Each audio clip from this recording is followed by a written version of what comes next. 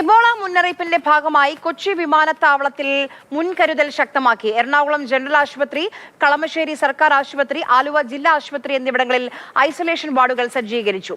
ബിനിൽ വിവരങ്ങളുമായി നമുക്കൊപ്പം ചേരുന്നുണ്ട്. ബിനിൽ, എന്തൊക്കെ മുൻകരുതലാണ് ഈ ഘട്ടത്തിൽ സ്വീകരിക്കുന്നത്?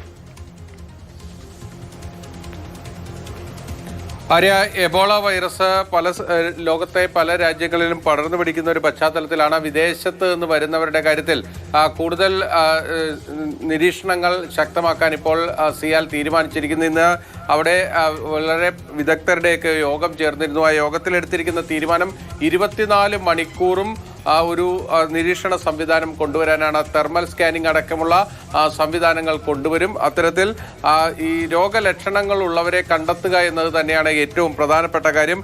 പ്രത്യേകിച്ച് 3 രാജ്യങ്ങളിൽ നിന്ന് വരുന്നവരുടെ കാര്യത്തിലാണ് കൂടുതൽ നിയന്ത്രണങ്ങൾ ഉണ്ടാകുക. അതായത് Sudan, Uganda, Congo, Uganda, south Sudan, ഈ 3 രാജ്യങ്ങളിൽ നിന്ന് വരുന്നവരുടെ കാര്യത്തിൽ കൂടുതൽ നിരീക്ഷണങ്ങൾ ഏർപ്പെടുത്താനും തീരുമാനിച്ചിട്ടുണ്ട്. അതായത് തെർമൽ സ്കാനിങ്ങിനൊപ്പം തന്നെ മറ്റ് സംവിധാനങ്ങൾ ഉപയോഗിച്ചുകൊണ്ട് ഏതെങ്കിലും തരത്തിൽ ഈ രോഗലക്ഷണങ്ങൾ ഉള്ളവരെ കണ്ടെത്താൻ കഴിയുമോ എന്നതാണ് പരിശോധിക്കുന്നത്. ഈ രോഗത്തിൻ്റെ ഒരു പ്രത്യേകത എന്ന് പറയുന്നത് ഇതിൻ്റെ ഇൻക്യുബേഷൻ പീരീഡ് 21 ദിവസം വരെയുണ്ട്. അതുകൊണ്ട് കൃത്യമായ ഒരു നിരീക്ഷണത്തിലൂടെ മാത്രമേ അത് കണ്ടെത്താനും കഴിയുള്ളൂ. അതുകൊണ്ടാണ് ഈ ഐസൊലേഷൻ സംവിധാനം അടക്കം എറണാകുളത്തെ 3 ജില്ലാ ആശുപത്രികൾ കേന്ദ്രീകരിച്ച് ഏർപ്പെടുത്തുകയും ചെയ്തിരിക്കുന്നു.